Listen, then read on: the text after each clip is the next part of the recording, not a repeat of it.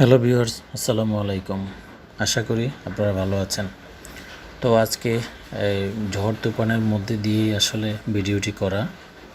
ঘূর্ণিঝড় রুমেল উপকূলীয় আঘাত হানার পর থেকে সারা দেশে পর্যাপ্ত পরিমাণে বৃষ্টি হচ্ছে। তো এবার যেমন বৃষ্টি তেমন বাতাস, এই বাতাসের মধ্যে দিয়েও ভাবলাম ভিডিও করে আপনাদের দৃশ্যগুলো দেখানোর চেষ্টা করি।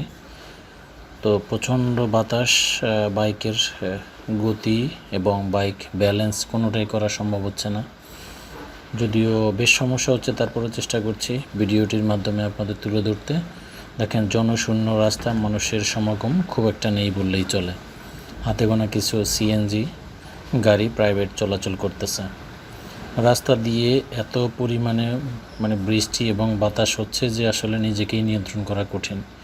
ঝুঁকি নিয়ে ভিডিওটি করা, যে কোনো মুহূর্তে আমার মোবাইলটি বাতাসের তীব্রতায় পড়েও যেতে পারে, তারপরে ভিডিওটি করছি। তারপরে পাশেই থাকুন।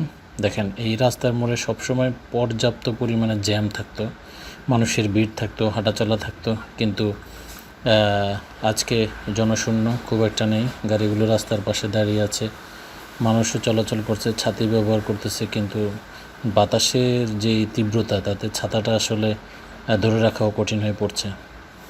তো দেখেন, মানুষ আসলে একটা বাজে পরিস্থিতির মধ্যে দিয়ে আজকে সময়টা পার করছে।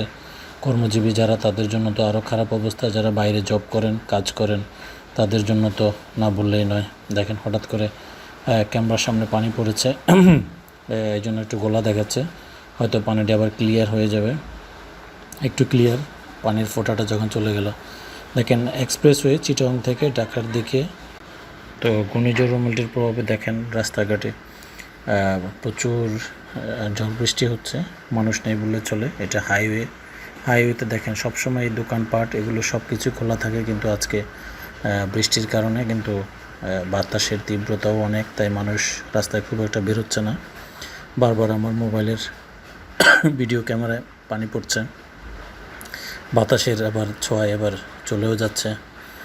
তো চেষ্টা করতেছি আজকের এত খারাপ ওয়েদার এটি দেখানোর জন্য।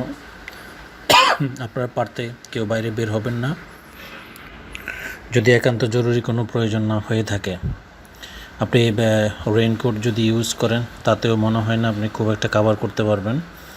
আর বাইক চলাচলে তো খুব একটা একেবারেই সুবিধা করতে পারবেন না। পাবলিক বাসও খুব একটা নেই, চলাচল করছে না, মানুষের সমাগম কম। দেখেন, ঘূর্ণিঝড় রুমেল কিন্তু উপকূলীয় আঘাত হানছে আপনার রাতের দিকে। সেই প্রভাব আজকে সারা দিন চলছে, বিকেল পর্যন্ত চলছে। তো সন্ধ্যা নাগাদ মনে হয় তীব্রতা আরও বাড়তে পারে, এরকমটাই শুনছি। তো আল্লাহর কাছে প্রার্থনা করি যেন ওয়েদারটা খুব দ্রুত ঠিক হয়ে যায়, এর প্রভাবটা কেটে যায়। গরিব সাধারণত যারা আছে, দিনমজুর, তাদের জন্য তো বেহাল দশা। আজকে কাজ করার কোনো সুযোগই নেই, তাদের সংসার, তাদের সব কিছুই চলবে কীভাবে। আমার ওই যে বৃষ্টির কারণে ক্যামেরাটা একেবারে গোলা হয়ে যায়, যে অবস্থা, খুব একটা দেখা যাচ্ছে না। তো কিছু করার নাই, এই মুহূর্তে আমি বাইকটি দাঁড় করিয়ে পরিষ্কারও করতে পারতেছি না। বাতাস প্রচণ্ড, বৃষ্টিও চলছে। তো কেউ মনে কিছু নেবেন না। তারপর চেষ্টা করে যাচ্ছি ভিডিওটি করার জন্য, দেখি কী অবস্থায়। এটা আসলে বিকেল 4:30টার দিকের ভিডিও। মনে হয় যেন সন্ধ্যা ঘনিয়ে আসছে, কোনো কিছুই দেখা যাচ্ছে না ঠিকঠাক মতো। তবুও চেষ্টা করে যাচ্ছি আপনাদের দেখানোর জন্য। বাট আজকে ওয়েদার এতই খারাপ যে আপনারা কেউ বের হবেন না, সবাই বাসায় থাকুন, নিরাপদে থাকুন। সবাইকে অসংখ্য ধন্যবাদ, সবাই ভালো থাকবেন। আসসালামু আলাইকুম।